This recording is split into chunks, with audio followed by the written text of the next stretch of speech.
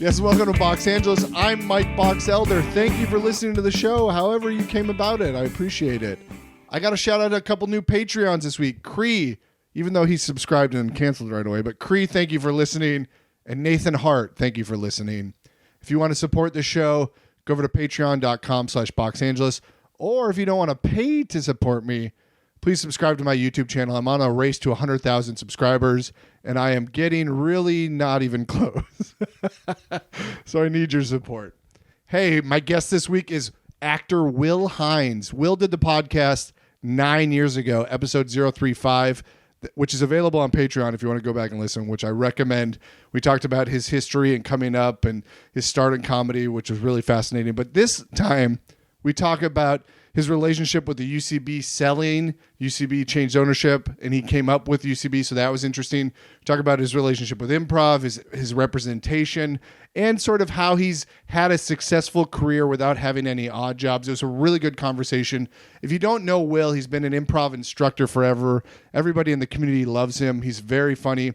Recently, he's been on shows like History of the World Part 2, Grand Crew, Night Court.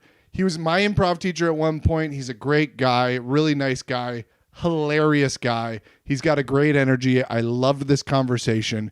And without further ado, I give you...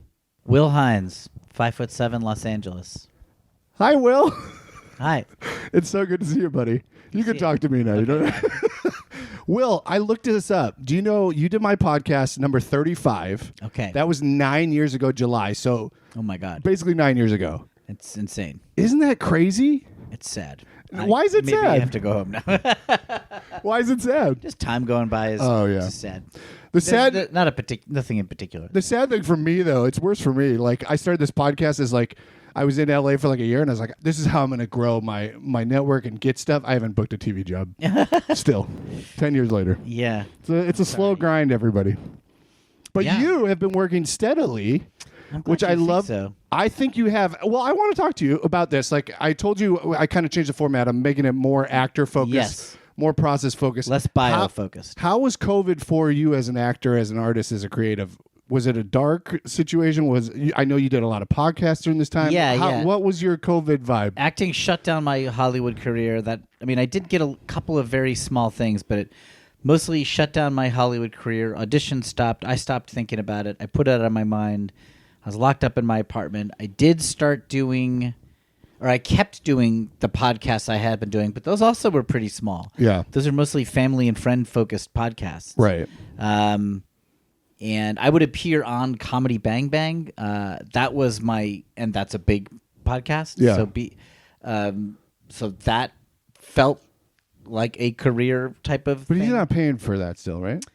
They do pay you. Oh, that's great. That. Okay, yeah, cool. They do, but it's not like you don't really do it for the No. You're doing it because it's fun. It's networking. And it's easy, and it is kind of just like, this is a dirty word. Like, you're not supposed to do podcasts for exposure, but I would do them for exposure because, why is that dirty? I don't know, because it's like Twitter people basically are like, that's exploitive. I'm projecting my own feelings onto this, but people would be like, that's exploitive to ask people to do things for exposure. And I'd be like, how much exposure? Like, I would do Jimmy Fallon's talk show for free. Like, I would be on that. You know what I mean? Like, I'd 100%. be on a national television show. I don't think exposure is bad at all. I don't either. Well, I have none, so maybe that's what yeah.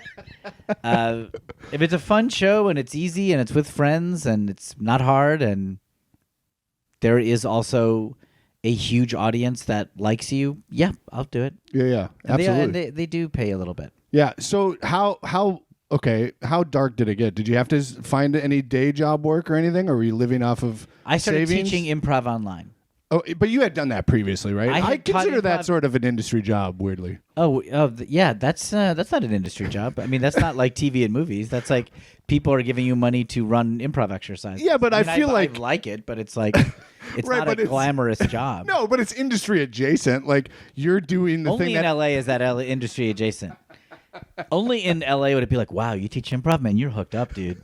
That's nice. But That's nice, dude. what I'm trying to say is it's you essentially working your craft, learning, studying people, getting ideas. Yeah. It's improving being your acting around the chops. world, Yeah, that's true. or being around sort of that. Yeah, it is it's acting. People pay it's for those acting-based. classes to extend their career, and you're running them. So I mean, Guess so. It's funny. Like, I mean, you're right. I don't mean to. I know what you're saying. However, over the pandemic, since it was online, my students were mostly like international and also like, yeah, it was like not LA people. It was like people from mid-sized improv cities who were like true blue improv nerds that liked me as as like a senior improv teacher, as a Right. senior UCB teacher. Yeah. Like UCB is such like an improv brand.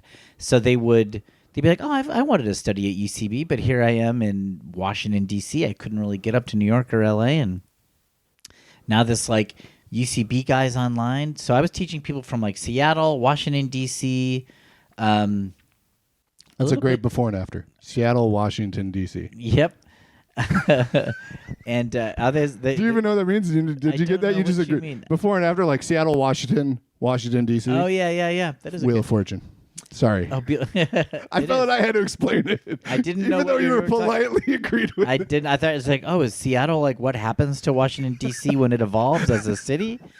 Is Washington D.C. the after if Seattle Sorry. becomes more government oriented? I didn't know what you meant. Sorry to derail you. Anyways, That's okay. That's you were coaching a lot of people, but to It me, wasn't- they probably found you from your exposure on like Comedy Bang Bang and stuff. Yeah, it was like I am a quote unquote brand as an improv teacher, somewhat because of UCB and I guess Comedy Bang Bang stuff and improv's a pretty small world. Like and I self-published a book and that book got around a little bit, so I was not getting any acting work at all, and I just kind of shut that part of my brain off for the pandemic. I was like, all right, that's not happening. And then I taught improv online, and that was going pretty well. And actually, you know what? It was really fun. Yeah. I created a school, which just meant I registered a website called the World's Greatest Improv School, and that's because I had a book called How to Be the Greatest Improviser on Earth. Yep. So I started a school that had a similarly dumb name, like Smart. Fake Audacious. And it was just really like yes-anding itself. Like I put on Facebook, hey, I'm teaching classes. They filled up. So then I did more, and then I created like a Discord chat server for the school, and that got some small little group of folks, and I made teams, and we had a weekly show. I was kind of modeling it after like a UCB, but way smaller and totally online. So we had a Friday night show where the main people would do things. Then on Monday we had teams. At 11 a.m. we had teams that were basically like European teams. And then at 5 p.m. was the American team. That's awesome. Yeah, it was pretty fun. I have a lot of follow-ups on this. First off, the greatest improviser in the world. I think all those you were making fun of the names. I think that is so smart, though. Yeah. One of the I kinda do biggest too. regrets of my podcast is the name of this podcast because all it does is confuse people. What's it Meanwhile, called? somebody Box Angeles. You don't even know what's it called. Thank I you. know. I Exactly. know you. I know it's Mike's podcast. That's what No, in my brain exactly. it's like Mike Elder's podcast. But like the biggest one in the space is Audrey helps actors. It's just so obvious and yeah. it's so easy to be found. So I applaud. I think that's smart to do the obvious. I think so too. Yeah. Second, it sounds like this sort of gave you some lifeblood and some like excitement about being in COVID. You made it fun with these Yeah. teams and these Yeah. different regions and stuff. So I Fun. think we had a marathon like essentially a Del Close marathon, Right. like a festival. yeah. It wasn't my idea. It was who was Eric Acuna was this Washington D.C. improviser. I think it was his idea, where he was like, "Oh, you should do," because we were all doing these classes and teams and stuff, and he was like, "Do a festival Yeah. in May of 2021," which is A little later, but basically still. a year from when I really got going with the online Yeah. stuff.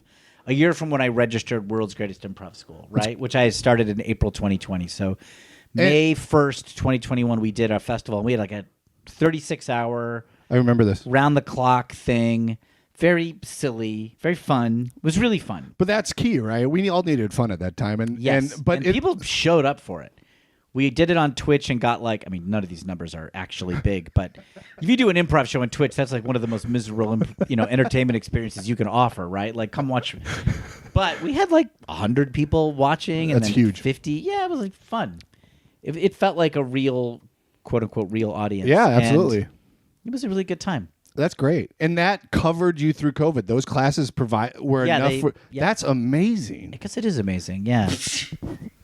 I forget to be this podcast is just to make you... me up. Yeah, to make me appreciate myself. To make the guests realize how much more successful they are than me. Wait, you said about acting specifically, though, you shut that part of your brain off. What does that mean? You just were like stressed out about it, and you just were like, I'm not going to be stressed about it. Or something like that? February 2020, I told myself, I'm going to double down on acting. All right? Oh, I'm going to like stop teaching and force myself to live off my acting money. And I'm going to do all the things, whatever I have to do to get more acting work. And then the pandemic hit, and I was like, okay, I'm not going to do that now. Because like, I don't even really know what it looks like. And it's changing every month. Like, in the as you remember, the very beginning of the pandemic, it's like, is this going to be back to normal in June? Is it going to be back to normal in 5 years? Yeah. Is there kind of more probably some weird hybrid versions going to emerge? So I was just like, all right, until it settles, I'm not even an actor. What do you think that stems from? Like your personal ability to study your mind and your health and stuff, or like how your like longevity in the industry? Just like a practical coping mechanism. It's so unreliable. I'm gonna just pretend it doesn't exist. Yeah. And if I happen to get work that falls in my lap, I'll do it, obviously. But like, I have a feeling that none of it's gonna happen at least for a year. Right. Which was sort of true. Yeah. I got a job in November of 2020. I did a one-day acting job. And then I got something in February of 2021. Yeah, that's about when it started coming back. Yeah. The most random thing, I had a Curb Your Enthusiasm audition right around November 2020, and I was like, so what? excited. Where did this fucking come from? Yeah, out of nowhere. Yeah, that's really fun. Yeah. Wait, what was the initial reason for the February 2020, I'm going to really focus on acting? What was the impetus for that sort of shift in your mindset? What was it? I was getting bored with teaching at UCB. Yeah. UCB was becoming hostile. Like this is very much my opinion that I'm going to, because it was sort of a divisive period, but like the students of UCB and the sort of UCB regulars, performers and students and stuff, we're just getting very critical of UCB not paying performers and not being diverse enough, or whatever. I don't know how you'd put it. Not being like aggressive enough about diversifying or prioritizing it, and just kind of like not being transparent enough about finances. And I don't even feel like there was any one issue. Just in general, there was more criticism. Yeah. Especially in the New York branch, which is where I sort of came up. And even though I live in LA and I've been in LA for like 10 years, my heart was in New York because that was like where I came up. Right. That probably was a little bit delusional on my part because I'd been away for so long. But like, I would look online and just see people criticizing it. It would just hurt, even though I wasn't there. And I was really becoming a cranky old man about it. I was like, you kids, you don't know how good you've got it with this UCB. Right. I mean, that really was more nuanced. There were some things that I agreed with them on, and there were some things where I thought this is a silly criticism or whatever. But in general, I was just getting more and more angry, and I guess I saw the writing on the wall. I was like, UCB is going to either collapse or it's going to transform so radically that it won't be my place. Right. And I was like, maybe that's good. I've been here a long time. I wasn't even angry about it. But I was like, I got to transition out of UCB. So had you started that transition mentally before COVID? I see. Yes. I see. I was like, kind of with the new year, 2020, I was like, okay, I got to like really make some shifts here. Yeah. Because and I was turning 50 that September. Oh, yeah. Big milestone number. And I was like, am I going to be 50 years old on a Herald team? I guess I shouldn't. What's the record? I mean, that would be it, I think. Maybe not. But I don't know. That wouldn't be like the worst outcome, but it just made me like, I've gotten some acting work. Maybe I could get more if I... and I had been doing a lot of stand-up all through 2019. I remember that. I was trying to like be more of an individual comedy brand and less of a teacher brand. Yeah. And then it just everything went away. So I was just like, well, I've got nothing else to do for the next 6 months. Sure. I'm just teaching. Since we last spoke many, many years ago, we won't say 9 years ago. Did you have any day jobs throughout it, or was it strictly improv teaching that has Improv teaching. and then the acting as it comes about? Because you were booking, I don't know, what, 4 or 5 things a year, maybe like 4 or 5 guest stars? Yeah, that's probably right. Yeah. Yeah, I'd probably do that. Okay. Back to the UCB though, because 2 to 5. I have a cheat sheet up now in the new iteration because I don't trust my instincts yet. I took a 3-year break from this, by the way. How did that feel? It felt good right away, and then it just became. Yeah, I mean, yeah. And I moved to the smaller space, and then I just built up a resistance about, everybody started podcasts during COVID. I'll have to do a full video episode because everyone does that. And I just built up this thing. So when I finally got over all this fake resistance I built up, it felt really good to do it again. It's great to see people like you that I haven't seen in a long time and talk to. I was glad when you got in touch. Oh, I enjoyed doing it all those times ago. all those 9 years ago. Yeah. Yeah. No, so I got derailed, but I'm going to find the question. I want to talk to you about UCB, right? Okay. So where are you at with the selling and did you support that? Because you I think you undersold your relation to New York City. Used to be, weren't you the head of training center at one point? And I ran artistic the school director for a couple of years. You ran the I school. was never the artistic director, but you did run the school for a while. I ran the school, and I was one of the early one of the OGs who was actively involved. So I had been around early and stayed around in a real big active way. So I was me, Shannon O'Neill, Chris Gethard had been there. Seth Morris, yeah.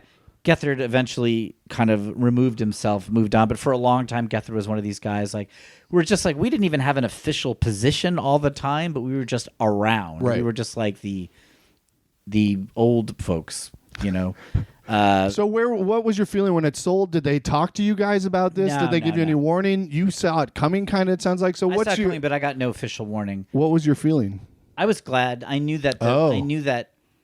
That the UCB4 were just not into it, and that the criticism had gotten so heated that either they were going to have to double down on getting involved and do a combination of pushing back and changing, some mixture. It was like evolve or die, and they chose to die. Yeah. And I was sort of I think that's a valid choice. They're old. We're all old. When they started UCB, they were in their late 20s. And big-time popular improvisers. Right. And they started an improv theater, and it was young and exciting, and they were great at it. Yeah.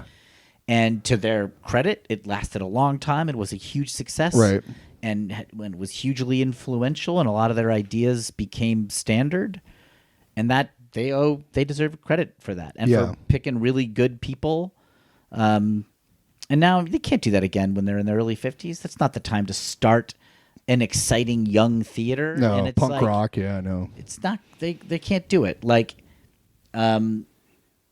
So it was coming to a breaking point. It was hand it over to somebody else, or you yourselves have to change. Yeah, get your hands dirty. Yeah, and I think they started to get their hand. I think they were considering that, and I think maybe if the pandemic hadn't happened, they might have done that. Yeah.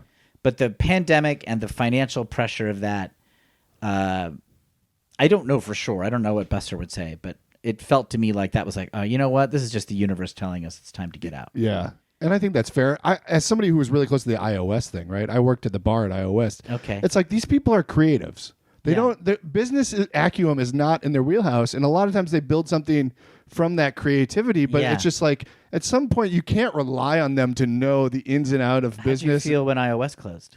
We were very upset. Yeah. I don't know if you know the full story, but I don't really. The landlord said, we're going to raise the rent. And rather than negotiate, Sharna said, okay, I'm going to close it. She was looking for an out. And that building, if you drive by, has never been filled since it closed 7 years ago. Yes. So she could have easily negotiated the rent. Right. There wasn't but she just folded because it was always she sort of out. She was always sort of the red-headed stepchild that she didn't want to deal with or put any effort in. Yes.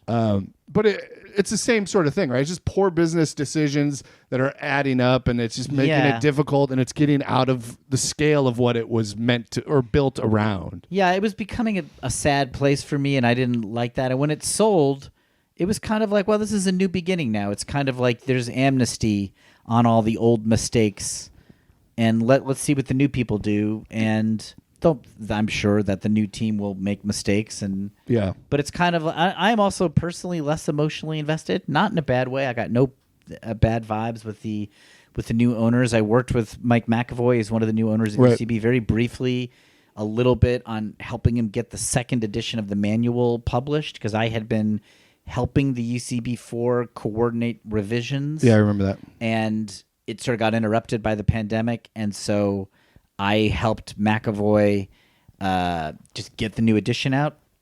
Wasn't that big a deal. I just some phone calls, some meetings. Who's the person who has the files? Where do we leave it at? What do we have to do? Stuff.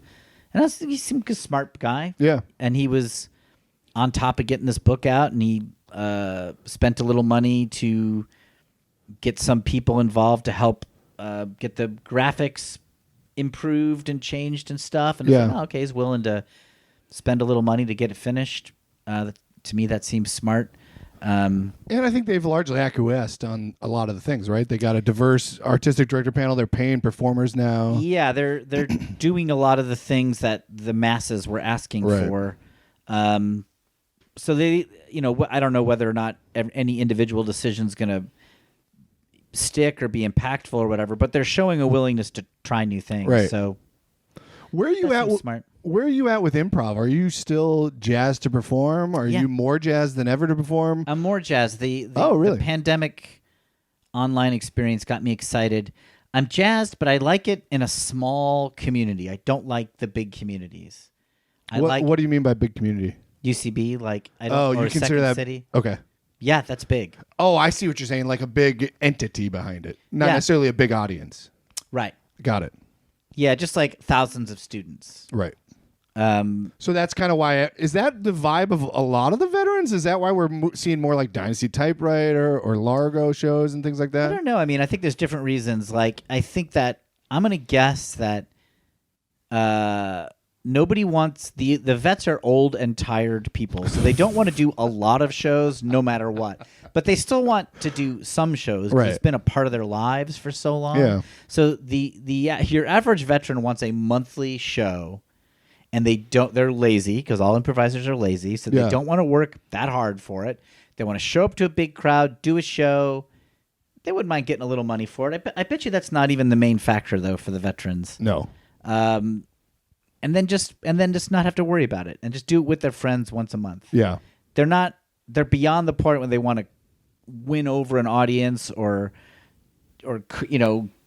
learn new skills or they don't want to climb the mountain. They climbed already. They just want to enjoy being at the top of the mountain a little bit. Right. So, what would you say to the student or maybe your students even that did climb that ladder or you said mountain, I said ladder, climb the ladder or got halfway up the ladder and then the pandemic hit or what do you think they should be doing? Should they be still loving improv as much as they did or no finding other avenues? Because what you're saying, I hate to say this, is kind of a privileged notion that I can show up at one show a month and just be on a great show and have great kicks. Yes, and it's not all the veterans. It's only the famous veterans. It's the veterans who can command a $20 ticket, right? Like, I'm not doing Largo.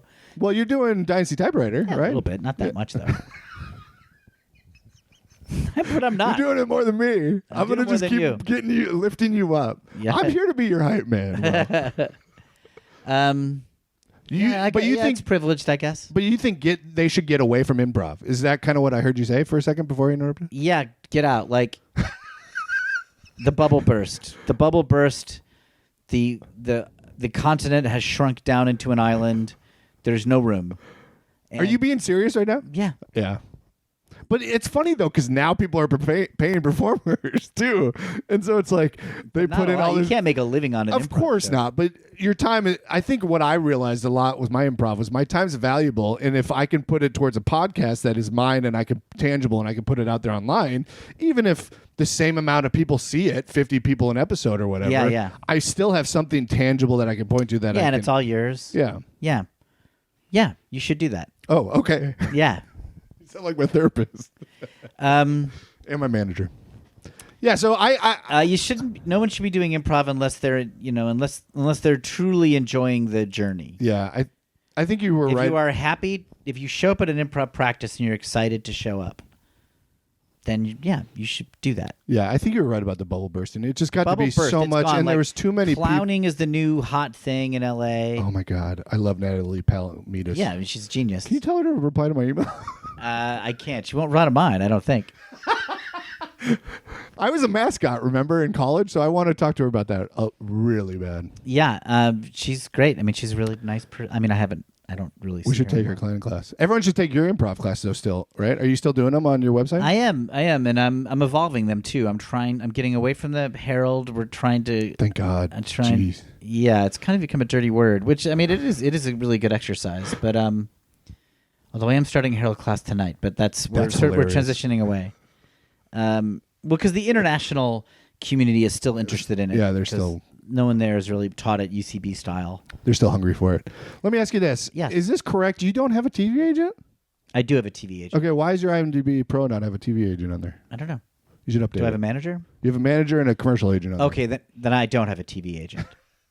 My manager is my TV agent. Okay. Yeah. How is that possible, Will? What do you mean? How do you not have a TV agent? I didn't want one. Really? Tell me why. I have a manager. I feel like it's redundant to have a manager and agent when your career is the size of my career. Can you elaborate on that? Yeah, like an agent and a manager are always a little bit kind of overlapping. Yeah. My understanding is that an agent is a contract negotiator and a manager is like a more high level, hey, you should be getting into this field. Oh, Right. It'd be nice if you were doing this kind of vehicle. Career guidance. Yeah, we should prioritize this sort of thing. But sometimes your manager will get you a job and negotiate the contract and do the work of an agent. A lot of managers used to be agents and, or they know enough that they can do like a really good job of negotiating a contract. And a lot of agents are like managers. They're negotiating your offer, but they're kind of like a little manager in training. And they're Right. like, you've been doing a lot of guest stars you've been doing a lot of co-stars. You should be getting a guest star. Yeah. Feels like you could be getting on streaming. I don't know, like, oh, this drunk history show looks like something that you fit in with. Right. Which that's like a manager move. Yeah. But a lot of agents do that sort of thing. I don't know, like, I basically don't need a man. My manager was my agent. Oh, really? And he became a manager. Oh, funny. And he was just like, do you want to come with me? And I was like, yeah, I funny. only know you. That makes sense. So, like, I still think of him as my agent. I mean, Yeah. he's above that now, but like, How often do you guys talk? once every 2 months. Oh, it's okay. That's less than you thought, right? Well, you made it sound like he was really like they're guiding you and telling you you should move, you should do this and focus I know on you're this. trying to bump me up and hype me up, which I do appreciate, but my career is small. Like, Right, but you said you started this by saying a career of my level. I only need a manager. Are you saying higher ups need an small. agent? And okay, I thought you meant higher up. I no, only like needed I an to have like a manager and agent. There's not enough career for them to manage. I see. There's not enough to divvy up. I see. Well, I have both, right? And I get auditions from both. Would be Right. my thought. I know. It feels like a shotgun approach. The more I know. So that's probably true. That you're going to expose yourself to more offers that way, yeah. Offers, no, but or auditions. yeah. What percentage of things you book did you get through audition, and the other percent did you get through knowing the people that work on the show? 95% thought people so. I know, and 5% audition. Yeah, I've booked almost nothing through auditions. that's Almost crazy. nothing. And beautiful. Yeah, I mean, I'll do auditions.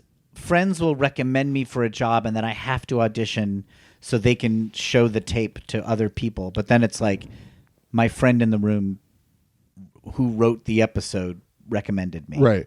And then the producer was like, okay, we'll use your guy. So this is fascinating to me. So are you comfortable audition? Like how's your auditioning right now? Are you comfortable? Do you know what you're doing? Are you like bang, bang, bang, I got this? Or I'm very do you struggle with it because you don't do it that much? Yeah, I struggle with it. I am not confident that I do it well. I mean, it's weird. I'm confident when I do it. You know, I size up, I read the lines. I'm like, okay, yeah, and I memorize the lines. I'm like, I feel good. I feel like I know how to do this, right? He's like moving his body for those on the audio. He's like and I'm like pumping himself up. Yeah, and I'll set the camera He up looks and like I'll a do it, mean and I'll be girl. like, yeah, this is good. Then I send it in. I'm like, was it good? And I almost never book anything. So I'm like, I guess maybe they're bad. Do you have your manager watch your auditions? Well, they talked to him enough about it. I should do that. I don't know if he watches them. I should ask him. Yeah, I find my manager loves to watch them, and my agent just on to the next thing. Yeah. Yeah, you're making me think. Yeah, see, this is the stuff I was going to do before the pandemic, and I didn't. Like, I guess partly out of laziness, but partly like I sort of feel like if you're trying to be an actor in Hollywood, like you just have so little control over your career that to like start to beat yourself up over not doing enough seems like does more damage than good. Like you just end up feeling bad about stuff that you couldn't control. Yeah. Like it's, you know, if they like you, then you can almost do nothing wrong and you just book it immediately. Yeah. And if they kind of aren't feeling it, there's almost nothing you can do to change their mind. Yeah. So you don't subscribe to the thing in your control then is the audition, and you should give it your best college try. I don't believe in self-tape auditions. Oh. They just seem so... I hate them. Like, they're just such a pain in the ass to set up.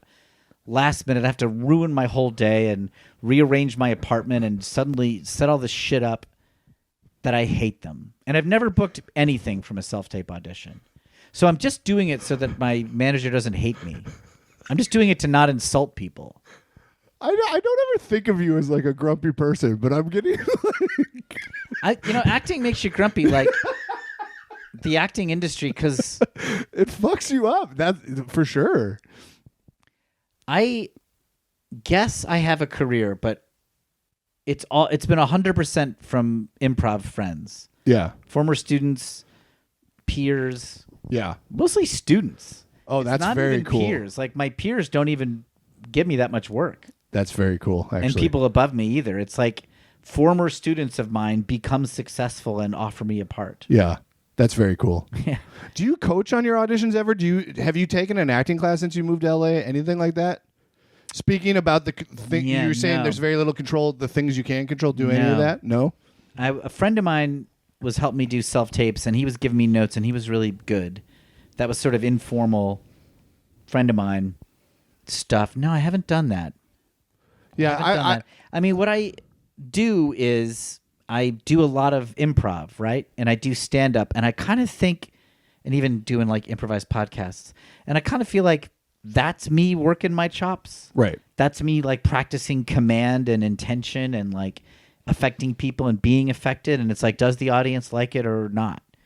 And I try to bring that into auditions, not like stage energy per se, but just sort of like knowing my own instrument. Yeah. You know, my own like personality and shit like that. Absolutely. Like I do at least one improv show a week, usually 2, often 3. I'll do stand-up every 2 weeks, and I do an improvised podcast every 2 weeks. So that's all me like trying to perform as a funny person. Right. And that's my acting class. And that's great, and I agree. The problem, though, with that is like in that world, you're getting immediate feedback, right? Yeah. And in acting and auditions and specifically self-tapes, you're getting no feedback. None. So I don't know. Take my advice with a grain of salt because you're way up here and I'm way down here. But I started coaching with somebody every audition I get, even if it's a fucking 2-line co-star. Okay. Because I'm like, I need somebody to direct me, give me instant feedback, and tell me what I'm doing wrong and right, and like guide me. Because I think I'm more an actor than I am anything else, and I think I need direction for that. Okay. And I found it incredibly helpful. Like, she's great, and she just like... Have you booked any more? No. I haven't booked any TV thing. Right. So you've gone from 0 to 0 with this. No. Yes. But you feel better. I feel great. Like, I feel like I'm putting out good shit now. And I get... This is where I'm at in my career, and it's funny I'm calling you grumpy because I feel like in this new iteration of the podcast, I'm way more negative than I was in the last one. The last go-around, I was like, hey, everybody, we all can do this. We're all going to make it. Yeah. I laughed a lot more. This one, I'm like, it sucks. But this is where I'm at. I get really good auditions, and I have nothing to show for it. And it drives me bananas that I have nothing. Because I've had so many good auditions in the last 2 years, and I just can't get over that hurdle. Well, it does sound good. I mean, if you feel better about it, that sounds like the right move. I mean, what do I got to lose, right? I could sit there and judge it myself and or I can pay this lovely, Bethany's her name. I pay her $65 for a half an hour. She gives me great feedback and I feel good about what I send in. That is valuable. Feeling good about it. Then you can also maybe let it go. Okay, I did my part. Yeah. I did what I could. Yeah. Absolutely.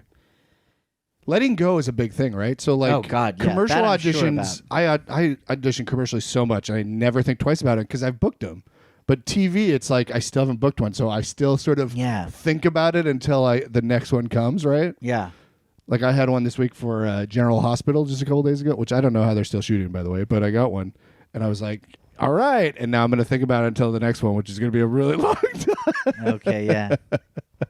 But I feel like I put a good thing out there. Pretty good about forgetting about auditions. Man, I'm surprised every time I get work. Everything has been friends. It's probably over. My career's probably over. No, stop. How much? What's a normal like audition month for you? How many commercial? How many TV? How many? For a month, 2 and 2. 2 commercial auditions, 2 legit. That's pretty good. Yeah, that's one a week is great. Yeah, sometimes it'll be more. They'll come in bursts. It seems. Yeah, definitely. Sometimes I'll get like 3 TV auditions in 2 weeks. Yep. And that's a lot for me. But it's about 2 each a month. I mean, not that many. I would argue that's a lot. If you can get 1 a week, I think that's pretty great. Okay. Especially if it's SAG stuff. Absolutely. It's all SAG stuff. Yeah. So what's your callback rate? How often are you getting callbacks? I get called back for commercials about half the time. That's fantastic. Yeah. That's amazing. And I book them almost never. Well, callback's the win, right? Because that's casting saying you're the best of the best. I do feel pretty good when I get a callback, yeah.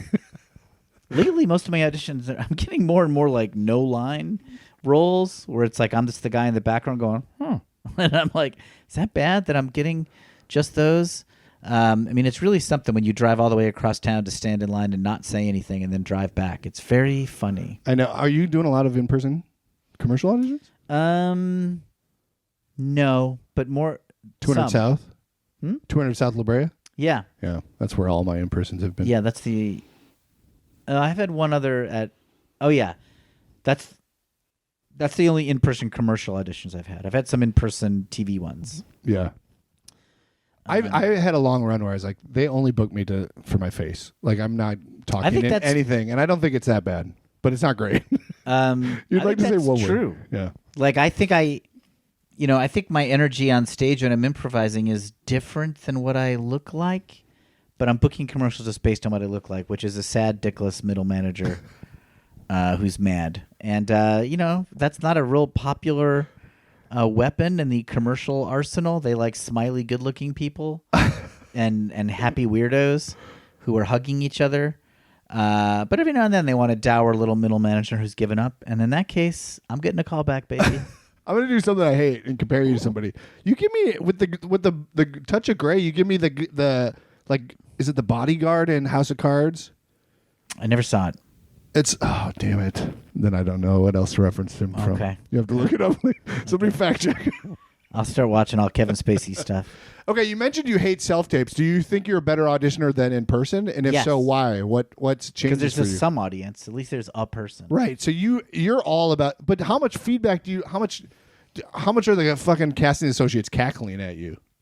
Not a lot, but I feel like there's somebody watching. So that ups your game, or you? Oh, interesting. Mm-hmm. I don't think you're wrong, but I'm just fascinated. I think my timing gets sharper. Oh, with a reader specifically? Yeah. But you don't have a reader on self tapes when you don't have somebody on Zoom? I do on Zoom, yeah. I can't tell you why. When the lights is on, you shine, baby. I guess so, yeah. My acting career is stupid. I mean, like I moved out here in 2014, and I was more gung ho then, but. Yeah, I just feel cynical about it. I just feel like the times I've booked and the times I haven't, it just seems like it has nothing to do with what I felt the quality of my audition was. I mean, I try to have fun in the audition. I try to bring some energy. I try to be present. I mean, I try to be a good performer. Yeah. I try to show them what my energy is, whatever that is, and I just try to do it. And then I'm like, well, they'll pick me or they won't. So I feel like I do represent that well. Yeah. And... I don't know. And I get the parts I get are so small that I'm just like, well, I don't know how you do these truly well or badly. It's like, I know. there's two lines. Like, you say them in the right order, then you've done it. It feels very binary. It's like you either have said the words and therefore have done it 100% great, or you forgot the line and you failed. And I don't think, I mean, I guess that can't be true. You know, it's. I was watching Hard 8, the Paul Thomas Anderson's first feature film. It came out in '96. It's about an old gambler who mentors a young, new gambler in the ways of beating the system in Vegas and Reno. And it's I really enjoyed it. But this has been Will Hines Reviews Movies. Yep, that's right. But Philip Seymour Hoffman has a small part in it. He's got one scene as a guy shooting craps who is interacting with the old gambler. Mm-hmm. And it's just one scene, but he's electric in the scene. And his character is really fun. Yeah. And you remember him at the end of the movie. You're like, who? I mean, you remember him when you watch it now because he became a famous actor. But you could imagine not knowing who he is. And he just is like, oh, that guy's got great energy. Yeah. Who is that guy? And sometimes I'll get a part and I'm like, oh, how can I do that? Right. How can I do Philip Seymour Hoffman on this 2-line part? Look at it and be like, I can't. I don't know how to do it. Like, I don't know how to do it and do the part in any kind of sensible way. Right. And often if I do get the sort of mojo to like make a big move, you're immediately directed away from that. Of course, like, yeah. No, what? Yeah, can we try one way smaller?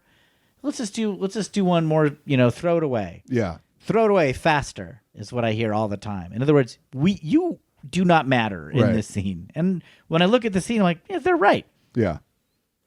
So it's hard for me to do that, go home and be like, I got to hire an acting coach next time. I'm like, no, I'm going to teach improv because I like doing it and just hope to God that I'll get an audition and I'll I try to do well on those. Well, when you said that, I immediately, though, thought, I was like, you, Will Hines, have a specific energy, though, about those 2-line things. I remember, and granted, this is difficult for me because I know you, but I remember the first time I saw you in Brooklyn Nine-Nine, I was like, oh, my God, perfect. That's Will Hines, and that's a vibe that I just got from him. And I think it was like right outside a courtroom or something. I don't remember, but that's how much I remembered. I watched that show 10 years ago. Well, I did. And it's like, you did give that little bit of energy, I think, which was good. I had a number of friends write and direct for Brooklyn Nine-Nine, and that's how I got on that show. My former roommate, Phil Augusta Jackson, was a writer on the show, and David Phillips and Trish McAlpin were writers on the show, and Trish McAlpin is my teammate on an improv team, and David Phillips was on a sketch team that I was directing. I mean, I was like UCB friends with these folks. So that's how I got my role in Brooklyn Nine-Nine. Pretty small role. I was like, exposition giver largely. But and I think I did 5 episodes, and they're all small, right? It's like I come in and go, Chief. I give some. I have like a joke, but it's mostly like setting up the problem of the episode. Hey, we need someone to go over here and deal with this crazy person. I'm 24 years old. I'll see you later. Yeah. And then I leave and they go, 24 years old. I'm like, that's it for me for the season of Brooklyn Nine-Nine or whatever. Totally fine. But the very first episode I did, I only had 2 lines in a scene. Well, in the original draft, I had like a lot of lines, but each successive shooting draft, my lines got cut. To where I had almost nothing. Yeah. And I was happy to book a gig, but I saw what was going to be kind of a funny character get reduced. Yeah. And okay, well, that's the way the cookie crumbles. You're still I got this gig on a big show. I show up, and I'm in the room doing it, and Andy Samberg's in the scene with me, and he kept giving me more lines. Yeah, I don't know him, right? He's like, hey, let's do another take. Everybody improvise it. So we all improvise it. And he's like, keep that one. And then he kept directing me. He was like, you should put less on it. He goes, you should do it even more deadpan. And I was like, more deadpan? That's a Will Hines specialty. Yeah, you buckle up, pal. I'll give you the heater of nothing, the lack of heater. And so in that episode, I feel like I am pretty funny in this small role. I mean, Jonah Hill made a career off of that, right? 40-Year-Old Virgin, he had like 2 lines in that shoe shop or whatever, and then boom, he pivoted off. Yeah. But how many of these have you auditioned for, these little 2-liners? None, right? Most I just get them. Yeah. So what advice would you have for somebody like me who I breathe off of co-star auditions? How do you think I give me? Because I think you taught a class with me. How do I give my Mike Elder in a co-star audition? Do you think? Wait, what do you ask me? If I have a 2-line audition, Yeah. how do I give my Mike Elder out into that without obviously going too big and crazy, which they don't want? Yeah. Do you have advice from doing so many of those on set? Yeah, it's okay. It's frustrating advice. You got to play a mind game with yourself. I've done this actually. You have to audition as if you are already a known famous person that everybody loves. Yeah. That they know Mike Elder. That you're not going to have to do anything. That when they see your tape, it's like, oh, like imagine if Bill Murray was doing it. Yeah. He doesn't have to try because we all know Bill Murray's energy. Right. And everybody can already picture what Bill Murray would be like in the role. Right. So he doesn't have to sell us on his vibe. Yeah. We know his vibe. So I would say pretend like that's true. I kind of love that. Already. They know and love you. So you don't have to try too hard. And still enjoy doing it. Don't overdo it. Just enjoy doing it. Have fun. Yeah. Have fun like you're already doing 100 roles a year, and this is something you're doing for a lark. Yeah. Like enjoy it. And the reason I would suggest this is you have a vibe, but if you try to control it, you'll strangle it. You have to get out of your own way and just let them see you. And so do less. I mean, I haven't seen your audition, so I don't know what you're doing, but like just kind of assume they love you and that like you don't have to show off. Yeah, I kind of love that. I kind of do that. I kind of assume they know and love Will Hines. That's probably not true almost all the time when these people are looking at the parts or whatever. Yeah. I mean, I try to be funny. I don't think you're wrong, though. I think you're actually onto something kind of beautiful because it's like your friends, my friends, they know us. They know what we do, our vibe, our comfortable, our sense of humor. And it's like strangers don't necessarily know that. And it's like we might put on a different face when we're meeting somebody for new, but it's like be who you are. It will come out. Like this is something I talked to my therapist about. Humans have the ability to like discern. We watch each other and we look at all our nonverbal information and shit and we make decisions about each other. Oh, this person's nervous, this person's not, or they're not paying attention or whatever. And like, this is just like in everyday life. So like, we're good at watching people. So therefore you shouldn't have to try too hard. Yeah. They should be able to see you. Yeah. So you just have to let your energy out without gumming up the works. Yeah. So, okay, let me ask you a more. I try to have fun with the audition, but have fun doesn't mean like go as big as possible. Have fun means like, oh, the line's fun. How would I say it? I enjoy this line. I'll do it like this, and sometimes it's pretty small. But I usually make a deliberate choice. Of course, not even like a big backstory choice. Just like, I think. This is the way I want to do it. And I forgot. Over the pandemic, I forgot about this. I started doing all my self-tapes with my friend Pam Murphy. Oh, she's a pro. She's a pro. She books a million things. And she was giving me advice on different takes. Yeah, that's perfect. I forgot about this. So Coach, I was getting advice. What's her rate? Be friends with her for 15 years, and then it's nothing. No, I will tell you this, though. Fun fact, I just had a casting associate on last episode. He said specifically about co-stars, if it's 1-2 lines, he said submit 5 fucking takes. He's like, I don't care, because it could be all in the delivery. If it's, here's your meal, here's your meal, here's your meal. Like, it could be any of those. So he was like, I'll take 5 takes of that. I don't care. And I was like, wow, I would never consider send more than 2. You're not using that much of their time. Right. I guess is what you have to factor. Right. I found that fascinating. That is interesting. Let me ask you something, though. But I've booked nothing off of any of these. So maybe we should be both submitting 5. I've never submitted 5. I at most submit 2. Okay, it seems you're clearly cynical about acting. You've said that a few times. Yes. How if somebody's fresh off the boat from Kentucky and they just landed in LA, what advice would you give them to not be cynical, or should they become cynical sooner so as to not tie their happiness to this business? Definitely don't tie your happiness to the success in the business, because you're going to be miserable. It doesn't work. Well, duh. Right. But that's hard for new people to do, is what I'm trying to say, right? Yeah. Like they don't have the experience you have with auditioning for improv and like struggling for stage time and years in the business and learning and all this life experience you have. So, do you have advice for them or not? And just say, become cynical quicker and you'll be great. This sounds so dark. I know this is dumb. I don't think of myself as cynical. I just like don't. Well, you specifically called yourself that. I did. Yeah. You're absolutely right. I did.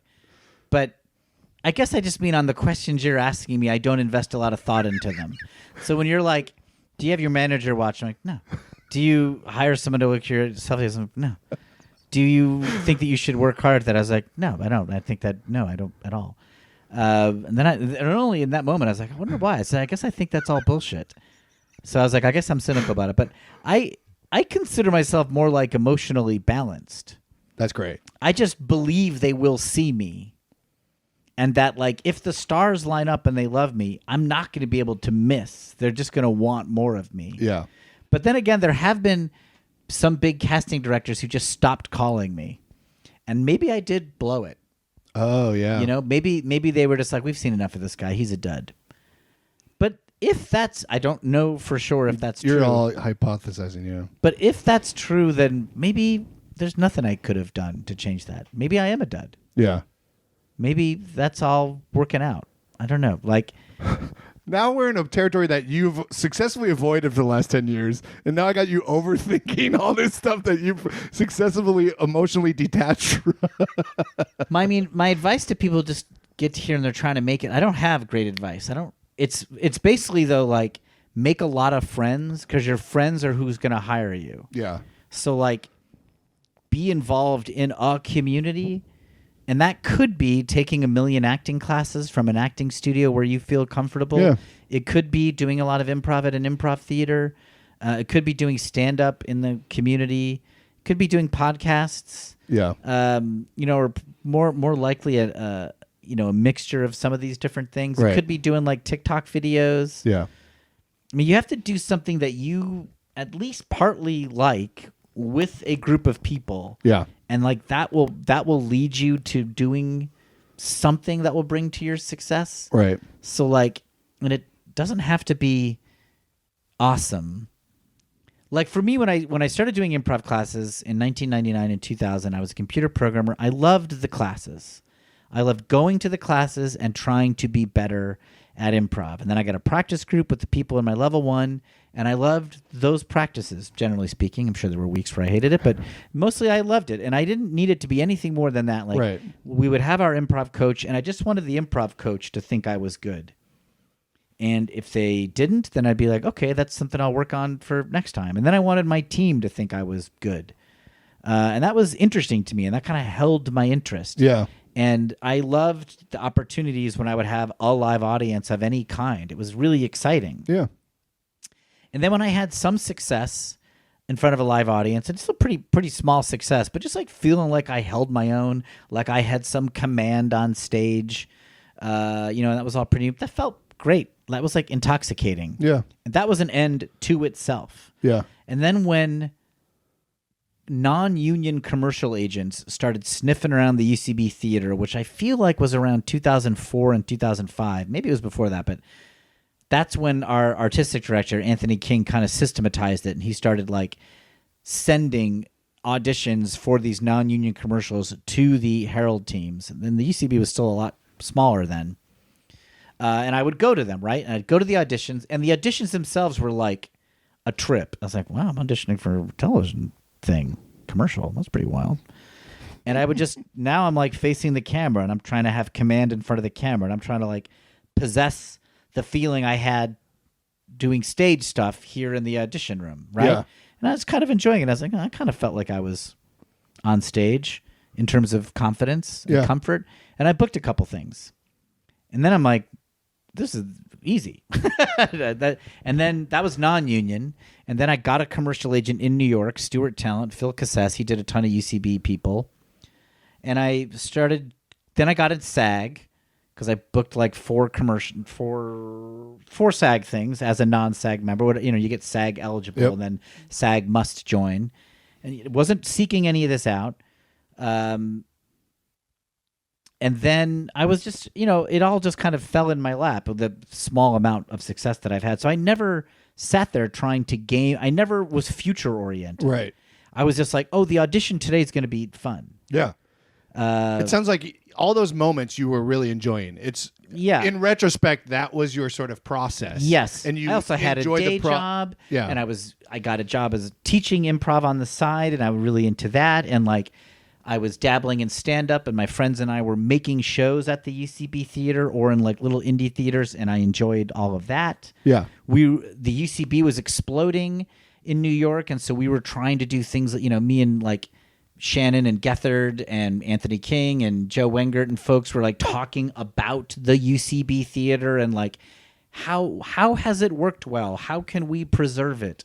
What traditions are important? And that was really interesting. Yeah. That was just as interesting as the commercial auditions to me. And like then I was getting into a place with my improv where I wanted to be like better. I was like, I want to like level up. I want to be like the really good people. I want to be like John Gabris or like Zach Woods, and I want to try to swing big, which really had felt out of my reach before. Yeah. And it still does. I don't think I can hang with those guys' raw talent, but I was like, I got some command on stage. I wonder if I could like step it up. I wonder if is going more real the tick? Is it holding back and then going harder later? And like that was all interesting to me. At no point in this process was I like, what am I going to get out of this? I was old. Like I was 30 when I took level 1. So at this time that I'm talking about where I'm getting into SAG, I got into SAG when I was 38. Oh, funny. I'm 37. I'm still SAG eligible. So next year is the year that happened for me. Fuck. I got 1 year. You got 1 year, baby. Then you're a fucking failure. That's it. I'll call you. I already think I am a failure. Don't worry. Okay, great. Well, you see, you're in a good place. I do think what you were saying, though. So, like, I still have the same approach. Yeah. Like the pandemic happens. I think I'm it's like, smart. well, I guess I'm doing a school. You know what? I'll do a festival. I think It's all just like, what is available to me one step out from where I am? Yeah. And I mean, this is a flaw a lot. Like I'm not too aggressive about like my life's path, and I say I'm cynical, and I drive down to La Brea and like have an in-person audition where I don't say any lines, but it's when I get there, it's fun, Yeah. I mean, yesterday was so funny. My role was, I think I signed an NDA, and I'm going to shatter it now, but I mean, I won't say what the company was or anything, but I love when they make you sign NDA, and then the part is something like what I'm about to tell you is so nothing. My role was airport additional employee, right?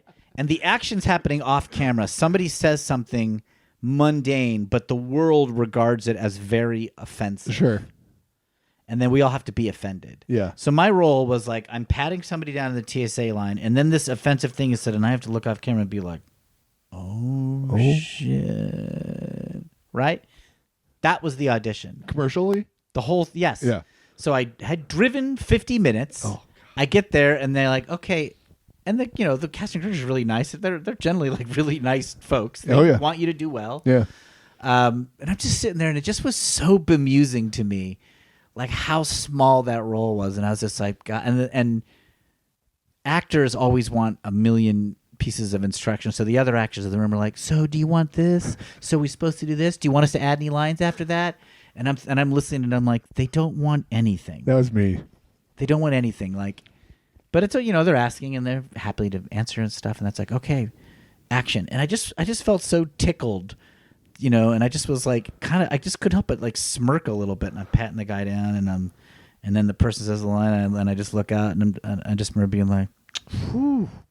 And then like without planning on it, I look at the other guy's pat down, I was like, that girl fucked up. And then the guy cuts. I go, Will, no dialogue, and don't drop the F-bomb. And it's like, right, no F-bomb. And I just forgot. And I was like, yeah, I got it. It's kind of fun. And so maybe, I guess I haven't heard anything, so I didn't get it. Well, that was but only like, yesterday. It was yesterday. Yeah, you're fine. Okay, but if I got it, it would be because somebody detected that small little smirk, and it's like, oh, that guy's let's get that guy. Yeah. You know, or I grew a beard since in the last like the 3 beard. months, so maybe they like the beard. I like the beard. When I got these glasses, I started booking more. Yeah. I went from no glasses to these, and like, I don't know, man. It just seems so nuts to worry about. I mean, I try to have fun. Yeah. And do things that I'm excited about. I mean, also, I think that life is crazy. Like, so I would not give advice. The people show up here in LA, they're like, how do you do it? I'm like, girl, get out of town. Like, No, I actually think that was great advice. Essentially, you said, be in the moment, go to what entertains you and brings you joy, and focus on that. Don't tie your happiness to this. Let them see you for what you are. Like, assume that you are good and assume that they'll see it, I guess. I mean, they don't always, or almost rarely, almost never. But, and I do think, I mean, I love live audiences, so I do stand up. I do like open mics, like the world's smallest open mics. Yeah. And I love it. It's kind of fun. It is fun. It's a challenge. Standing up there and seeing if I can get any of these. I mean, they're not there to laugh. They're not there to laugh, but they're not there to hate you either. And so if you can get their attention, it's pretty fun. This is my last question. We're at around an hour. Okay. Can you think of a time that anyone took a chance on you and what that felt like and what came of it? Yeah, it was all UCB people. Like Armando Diaz put me on a house team at the UCB Theater in the year 2000 when I was pretty green, very green. And it felt great. It felt really, really great. Mike Still, who was AD of UCBLA when I moved out here, put me on his team, Your Fucked Up Family. It wasn't his, the team he was on. That was taking a chance on me. My manager signed me when he was an agent. He came to see my sketch show at UCB, A Soundly Defeated Man, and asked to rep me. Oh, cool. And that was taking a chance on me, and That's a big one. Had no representation.